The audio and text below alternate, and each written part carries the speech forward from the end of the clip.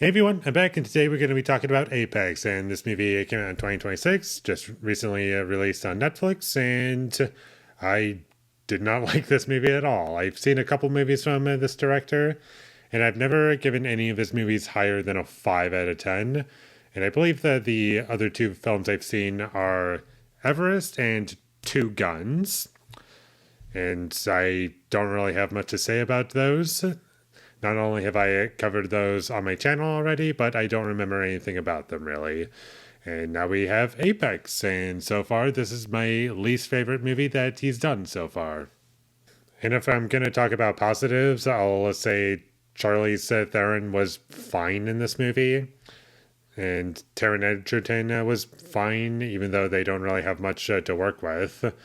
I didn't think that they were terrible. The only performance that kind of stood out as like, yeah, it's not really doing the movie any favors would be Eric Bana. I just wasn't a fan of what he brought to the film. Not saying he was in the movie a whole lot, but he was my least favorite out of the recognizable names in this film for me.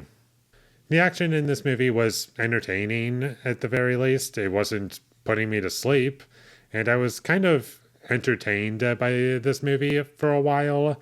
Like, I was enjoying parts of it, and I was like, okay, I'm more entertained by it than I'm bored by it. And if this whole movie is going to be just one big chase, I'm down for that. That could be kind of fun and could carry me through the movie, but unfortunately, that was not what we got. We got a chase that was like 10, 15 minutes long tops, and once it's over, it really slows down and has a few seconds of action, then stops. And then we get a little bit of action a bit later on, and then it just turns into The Revenant a little bit, like the climax of The Revenant, and then we stop. And then we have a little bit more action, and then we stop. And that's the whole movie, is that. Sorry if it sounds like I spoiled the movie, but this is almost like an unspoilable movie.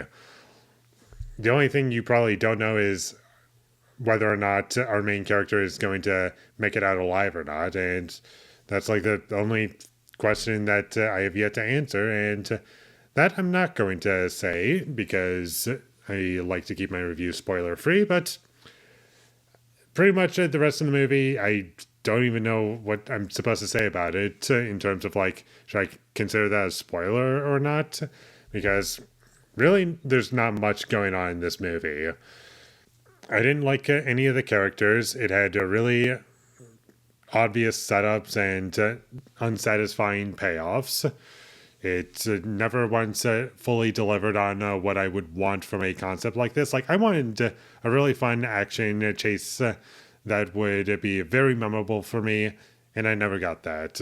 There was nothing about the visual presentation that stuck with me aside from like one shot. I was like, oh, that's kind of memorable because it's just showing Charlize Theron falling. And it's a continuous shot, and it only stands out because it's the longest take out of the entire film. And that's the only reason why it's memorable. And the only really entertaining parts of this movie was when it just became really stupid after the chase scene. I was like, okay, that's kind of dumb and doesn't really add anything to the film, and it kind of just feels thrown together, and there's not really much to really attach onto. The music in this movie was pretty bland and forgettable to me. Like, I don't even remember any of it. I just remember thinking, wow, this is doing nothing to the film. It's neither adding nor subtracting. It's there for the pacing and no other reason. I was also expecting a lot of jump scares throughout this movie, and much to my surprise, this movie didn't really have many. I think it had a couple towards the beginning, but after a certain point, it kind of just abandoned them. So that's something, I guess. And going into this movie, I was also expecting that the antagonist character was going to randomly teleport throughout the film when the script needed him to, and sure enough, that's what happened. And that's about all I have to say about Apex. It was not very good. It was a waste of time. It was 90 minutes, but there were still points where it was dragging for me.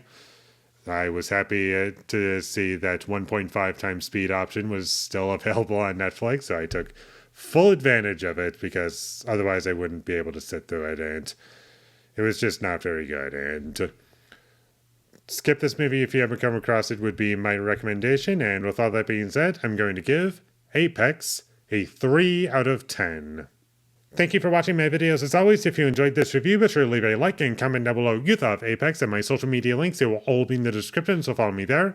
And last but not least, subscribe to be a part of Foley Nation, and I'll see when I get my next review up, and that is going to be for Juno. So look forward to that, but until I get that up, thank you for watching and have a great day.